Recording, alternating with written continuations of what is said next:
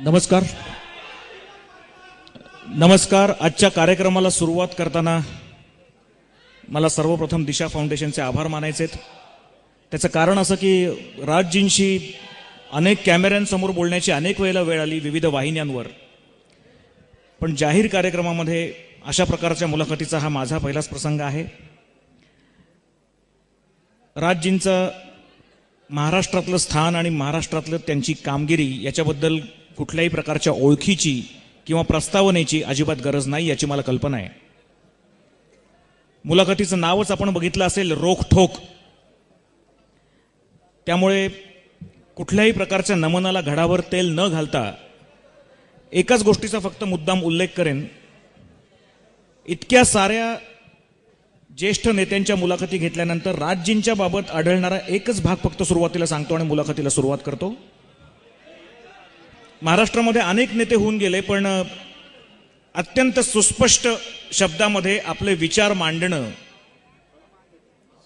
कधी आक्रमकतेने तर कधी मृदूपणाने, कधी आपण ज्याला ह्युमर म्हणतो तशा मिश्किल कोपरखळ्या मारत, पण स्वतःचं म्हणणं ठामपणे मांडून, सगळ्यात मुख्य म्हणजे एखादी गोष्ट बोलल्यानंतर आपण ती गोष्ट बोललोच नाही असं नंतर डिनायल कधीही न देणारा नेता म्हणजे राज ठाकरे, अशी त्यांची ओळख करून देता येईल. आणि मला वाटतं याचं प्रत्यंतर आपण मागच्या 2 दिवसामध्ये घेतलेलं आहे. आपल्या मनात अनेक प्रश्न आहेत, अनेक राजकारण्यांच्या आणि पक्षांच्या मनातही अनेक प्रश्न आहेत. काही जणांच्या मनात धडकी भरलेली आहे, काही जणांना काय घडणार आहे हे कळत नाहीये. मला असं वाटतं की संपूर्ण महाराष्ट्र एका वेगळ्या ट्रान्झिशनच्या पिरियडमधून जातोय आणि अशा वेळेला एक नवीन पक्ष घेऊन उभं राहिलेलं हे तरुण नेतृत्व विविध विषयांवर काय बोलतंय हे ऐकण्याकरता आपण सगळे उत्सुक आहोत. आजच्या मुलाखतीचं आणखी एक वैशिष्ट्य असं की ही मुलाखत म्हणजे काही राजजींच्या व्यक्तिमत्वाची ओळख नाहीये, ती करून द्यायची आवश्यकता नाहीये, पण स्वतः राजजी महाराष्ट्राच्या विकासाच्या किंवा महाराष्ट्राच्या वाटचालीबद्दल, भावी वाटचालीबद्दल नेमकं काय विचार करतायत, वेगळ्या वेगळ्या विषयांवर त्यांच्या डोक्यात काय आहे हे जाणून घ्यायचा हा प्रयत्न आहे. आणि मला असं वाटतं मी जे आज इथे बसलेलो आहे ते तुम्हा सगळ्यांच्या मनातले प्रश्न घेऊन बसलेलो आहे. विनंती एकच आहे की ही मुलाखत चालू असताना कृपा करून कुठल्याही चिठ्ठ्या, सजेशन्स पाठवू नकात, कारण तुम्हाला काय हवंय हे निश्चित माहिती आहे आणि त्यांनाही निश्चित माहिती आहे की त्यांना काय तुमच्यासमोर मांडायचंय. कमीत कमी वेळामध्ये जास्तीत जास्त विषयावरचे त्यांचे विचार आपण जाणून घ्यायचा प्रयत्न करूया. कुठल्याही पक्षीय अभिनिवेशाशिवाय महाराष्ट्राच्या हिताचा विचार म्हणून जेवढे जेवढे प्रश्न आपल्या डोक्यात आहेत तेवढे त्यांना विचारायचा मी प्रयत्न करेन. आणि माझी खात्री आहे आपल्या सगळ्यांच्या अपेक्षांची उत्तरं ते त्यांच्या मुलाखतीच्या उत्तरांमधून देतील. राजजी, या मुलाखतीला आल्याबद्दल दिशा फाउंडेशनकडनं आणि चिंचवडच्या अनेक नागरिकांकडनं मी आपले मनापासून आभार आधीच मानतो. धन्यवाद. नमनाला घडावर तेल घालत नाही आणि ताकाला जाऊन भांडही लपवत नाही. मागच्या 2 दिवस महाराष्ट्रामध्ये एक अस्वस्थता निर्माण झालेली आहे आणि या सगळ्या हालचालीचं मूळ ज्याला माध्यमं मानतायत, मी किंवा इथलं कोणी मानताय असं नाही, ज्याला माध्यमं मानतायत ते म्हणजे आपण केलेली काही विधानं. आणि मुळातली ही विधानं आहेत ती परप्रांतीयांच्या विषयीची, त्यांच्या महाराष्ट्रातल्या येण्याविषयीची, अस्तित्वाविषयीची. सुरुवातच मुलाखतीची मला इथून करायची आहे की आपण परप्रांतीयांच्या मुंबईत असण्याबद्दल, त्यांनी सण साजरे करण्याबद्दल किंवा त्यांनी त्यांच्या इतर गोष्टी करण्याबद्दल जे आक्षेप घेतलेत त्याची नेमकी कारणं काय? नाही, मला असं वाटतं की जे कोणी इतर परप्रांतातनं येतात मुंबईत, पुण्यात, महाराष्ट्रात, त्यांनी महाराष्ट्राची संस्कृती जोपासावी, आपल्या राज्याची संस्कृती इकडे जोपासू नये, एवढी फक्त माझी स्वच्छ भावना आहे.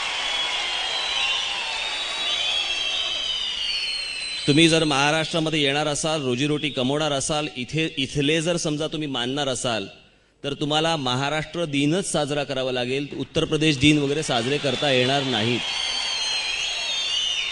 बिलकुल नाही. प्रश्न असा आहे की कोणी उत्तर प्रदेश दिन साजरा करतो किंवा काय ते छठ पूजा होतात किंवा काय, विषय पूजेचा नाही. विषय दिन साजरा करण्याचा नाही, याच्या मागून ते एक आपली ताकद दाखवण्याचा जो प्रयत्न करतायत तो मला हाणून पाडायचा आहे. आणि नाही ते चोचले मी महाराष्ट्रामध्ये सहन करणार नाही. 2-2, 2.5-2.5 हजार मैलावरनं इथे येऊन आम्हाला दादागिरीची भाषा नाही शिकवायची कोणी, बिलकुल ते शिकवायची. आणि माझ्या आक्षेपाचं कारण हेच आहे, ज्या वेळेला या सगळ्या गोष्टी घडतात, आज तुम्ही मुंबईत घ्या, महाराष्ट्रात कुठेही घ्या, पुण्यात घ्या, हे ज्या पद्धतीने हळूहळू हळूहळू घुसत जातात, काय आपल्या महाराष्ट्रामधल्या मराठी पोरांमध्ये कॅलिबर नाही? ते ह्या कुठच्याही प्रकारचं काम करू शकत नाहीत. पण त्यांचा एक माणूस आला की दुसरं कुटुंब घेऊन येतो, चौथा माणूस, पाचवा माणूस, असं करत करत ते वाढवत सुटतो. माझं असं म्हणणं आहे, त्यांची जी राज्य आहेत ती मोठी करावीत. उत्तर प्रदेश मोठा करावा, बिहार मोठा करावा, तिकडच्या लोकांना तिकडे कामाला ठेवावं, त्यांचा उत्कर्ष करावा. मी प्रत्येक वेळेला एक आपल्याला सांगितलं जातं की या देशामध्ये बघितलं गेलं तर कोणत्याही राज्यामधला माणूस कुठच्याही राज्यामध्ये जाऊन राहू शकतो, असं घटनेमध्ये दिलंय. त्याच्या खालचं एक कलम आहे, ते प्रत्येक वेळेला टाळतात. त्याचा दुसरं कलम असं आहे, पण ज्या राज्यात तुम्ही जाल तिथल्या स्थानिक लोकांना तुम्ही उपद्रव करणार नाही, तुमचा त्रास होणार नाही, याची देखील काळजी घ्या. आणि प्रत्येक वेळेला हे डोस आम्हालाच पाजले जातात की कोणी कुठच्याही राज्यात जाऊ शकतं आणि कुठेही राहू शकतं. मान्य ना मला, पण तिथल्या स्थानिकांना तुम्ही त्रास देऊ शकता, तिकडच्या स्थानिकांचा रोजगार तुम्ही छीनू शकता, असं कुठेही लिहिलेलं नाही.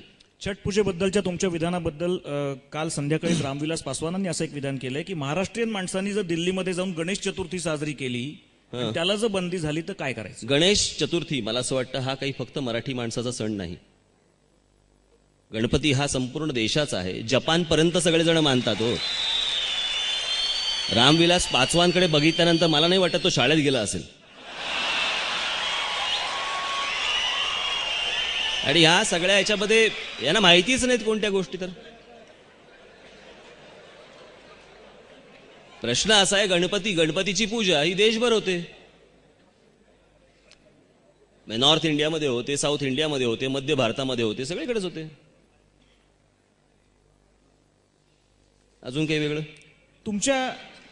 तुमच्या विधानानंतर जे काही एक वादळ उठलेलं आहे 2 दिवसापूर्वीपासून, त्याच्यामध्ये अमरसिंगांनी सुद्धा नुकतंच विधान केलेलं आहे की छठ पूजा होऊ दिली जाणार नसेल तर आम्ही काठ्या पुरवू. मी काल सांगितलंच ना, तुम्ही जर काठ्यांची भाषा केली तर मी तलवारीचीच भाषा करीन. आणि हे तुम्ही आम्हाला इथे येऊन काठ्या बिट्या दाखवायची गरज नाही. हे हिम्मत तुम्ही करू पण नाही. या महाराष्ट्रात यायचं, निमूटपणे राहायचं आणि जायचं. ही भाषा इथे चालून देणार नाही मी, बिलकुल नाही. समाजवादी पक्षासारख्या पक्षांनी असं एक माझा आक्षेप समाजवादी घेतलेले पक्ष हा विषयच नाही. त्यांची आज रॅली आहे म्हणून त्यांच्यावरती सगळं गेलं, बरं का. मला ते देणं घेणं पण नाही. त्या असा एक महाराष्ट्र नवनिर्माण सेना स्वतःचा एक राजकीय आधार वाढवण्याकरता याचा उपयोग करते, असं एक काल प्रेस कॉन्फरन्स घेऊन समाजवादी पार्टीने जाहीर केलं. त्याला कुठे त्यांना माहिती पण नसतात गोष्टी. अज्ञानी लोकांच्या प्रतिक्रियांवरती आपण काय प्रतिक्रिया देणार? मी ज्या वेळेला शिवसेनेमध्ये होतो त्यावेळेला मी रेल्वेचं आंदोलन केलं होतं. विसरले का सगळे? इतकी जर स्मरणशक्ती यांची कमी असेल तर मला असं वाटतं राजकारण त्यांनी सोडून द्यावं. मी हे कधीपासून ही गोष्ट मांडत आलेलो आहे. आणि दुसरी गोष्ट सांगायची झाली तर माझे आजोबा, माझे काका, इथपासून ही गोष्ट संस्काराने माझ्याकडे आलेली आहे.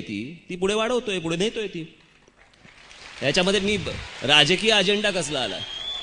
राज्य एक विचारांची सुस्पष्टता म्हणून आता तुम्ही सांगितलेल्या मुद्द्यावरच थोडंसं पुढे जातो. आपण शिवसेनेमध्ये असताना रेल्वे भरतीबद्दल जे आंदोलन केलेलं होतं की फक्त बिहारी माणसांचीच तिथे नियुक्ती केली जाते, त्यांना फेवरेबल ॲटमॉस्फिअर आहे, महाराष्ट्रीयन मुलांना ही संधी का नाही?